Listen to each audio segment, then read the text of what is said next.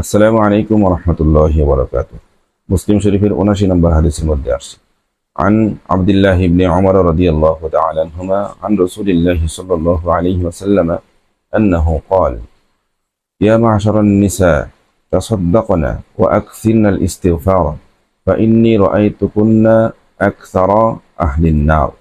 হযরত আব্দুল্লাহ ইবনে উমর রাদিয়াল্লাহু তাআলা আনহু থেকে বর্ণিত, তিনি বলেন, নবী করিম সাল্লাল্লাহু আলাইহি ওয়াসাল্লাম ইরশাদ করেছেন, হে মহিলা সকল, তোমরা বেশি বেশি দান খয়রাত করো, সদকা করো এবং ইস্তিগফার পাঠ করো, কেননা আমি জাহান্নামে অধিকাংশ মহিলাদেরকে দেখেছি।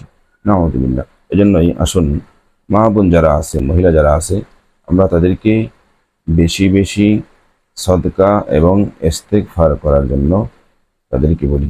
আল্লাহ তাআলা বিষয়টির উপর মা বোন